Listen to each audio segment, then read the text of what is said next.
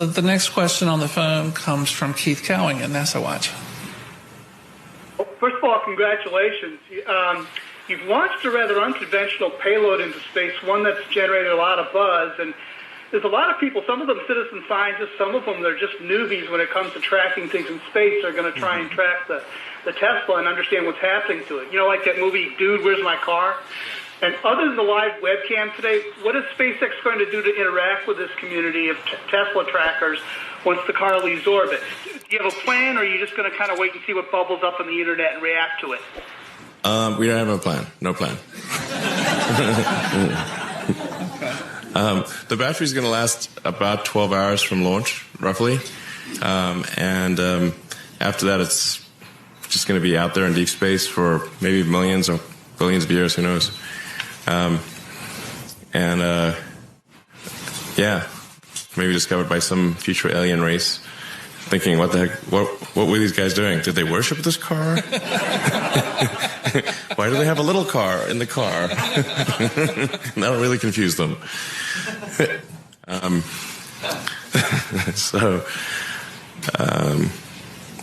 not sure what's going to happen, but I think, it's kind of a fun thing, and I sure hope that next burn works, by the way. But I think this is one of the great questions in physics and philosophy, is where are the aliens? Maybe they're among us, I don't know. Some people think I'm an alien. Not true. Not true. But maybe we are alien. Of course I'd say maybe that. Maybe we are alien. Do you think we'll make contact with alien within the next 50 years? Well, that's a really tough one to say.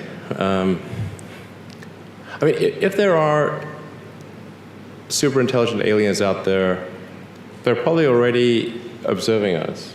That would seem quite likely, and we just are not smart enough to realize it. But I can do some back-of-the-envelope calculations, and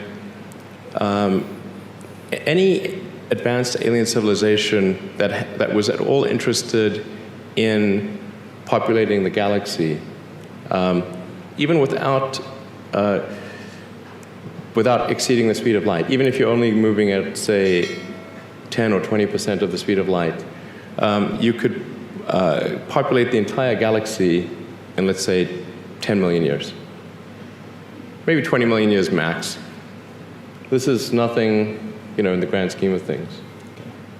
So Elon, you are really quite unique, I feel, in being so interested in the long-term future of humanity. Well, I don't think I'm that unique. You have an institute. Clearly, you're interested in that too. Quite the opposite. I'm curious, your interest in the far future of humanity, when did that begin? How did that start? Well, I think it was when my interest in the future of humanity is, I guess, as a function of reading a lot of sci-fi and philosophy as a kid, and then just sort of thinking about, okay, what's important to do? Like, why do anything? What's the meaning of life? And I came to the conclusion that what we really need to do is make sure that life continues into the future, and particularly conscious life. And in doing so, we'll be better able to understand the nature of the universe and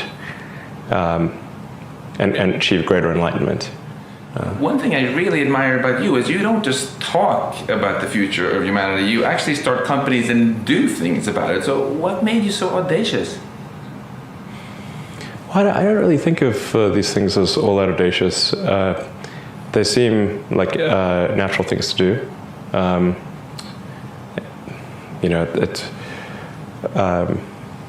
It's sort of more of a long-term optimization rather than a short-term one. I just, not that I think, everyone should be doing these things, but someone needs to do them. So if I see that, well, somebody is not doing this and maybe I could be helpful, then I try to do something in that regard. Weren't there some people along the way though who told you that that's crazy to start a space company or a new electric car company or a solar company? Sure. I mean, there are lots of people that said that the likelihood of failure was extremely high, and that it was a stupid thing to do. And when I started SpaceX, one of my closest friends got a compilation of rocket failures and made me watch the whole thing. And there were lots of people that tried to talk me out of it. And the joke was, how do you make a small fortune in the rocket business? Well, you start with a large one.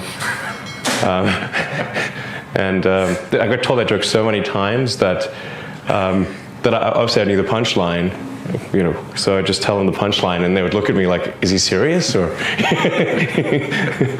I was like, say, "Why did you start a rocket company?" I was trying to figure out the fastest way to turn a large fortune into a small one. That seemed like a good way to go. But the thing is, I already thought the probability of failure was high, and that with that the likelihood of success was definitely low. So this was not new information. I thought maybe SpaceX had, 10 or 20% chance of success, and Tesla probably similar. I thought SolarCity had a much higher chance of success, but probably still only 50% or something like that. For the longest time, SpaceX and Tesla almost didn't survive. It came very close to perishing as companies. In 2008 and 2009, with the Great Recession, was an extremely close call. Looking ahead, what do you think are the technologies that are going to have the greatest impact on society? So I think there's probably five categories. Yeah. There's I'm not even giving a particular order, but making life multiplanetary, achieving sustainable production and consumption of energy. Obviously, the internet as a whole. The continued growth of the internet. And then potentially, if we do this, reprogramming human genetics, and the fifth one would be artificial intelligence. Working on the kind of the first three, but not the last two. The last two I think have the greatest potential to be a double-edged sword. So when you call artificial intelligence a double-edged sword, can you talk a bit about the positive edge first? What do you see as the greatest benefits we can get from AI? Well, the greatest benefits from AI would probably be in eliminating drudgery. So, in terms of or tasks that are mentally boring, not interesting. There's arguably breakthroughs in areas that are currently beyond human intelligence, or at least for now beyond human intelligence. I think we could probably solve them in the long term, such as the classic sort of curing cancer and addressing diseases of aging, Alzheimer's, and all these things. So there's insert various intractable problems to human intelligence, or currently what seem to be intractable problems, and then if you had something that was way smarter, it could solve those problems. And turning to the negative edge here. Well, I think it's best to prepare for to try to prevent a negative circumstance from occurring than to wait for it to occur and then be reactive. So, and this is a case where the range of negative outcomes some of them are quite severe. So it's not clear whether we'd be able to recover from some of these negative outcomes. In fact, you can construct scenarios where recovery of human civilization does not occur. And when the risk is that severe, it seems like you should be proactive and not reactive. I'm really quite curious why you decided to make such a large donation. Because 10 million is something that really enables a massive amount of research. I don't think 10 million is a large amount of money for this subject area. It should probably be higher.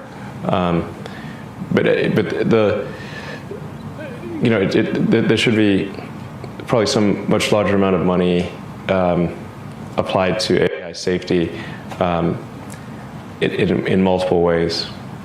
Well, I want to thank you again so much for this. It's something we really, really appreciate and are eager to do great stuff with.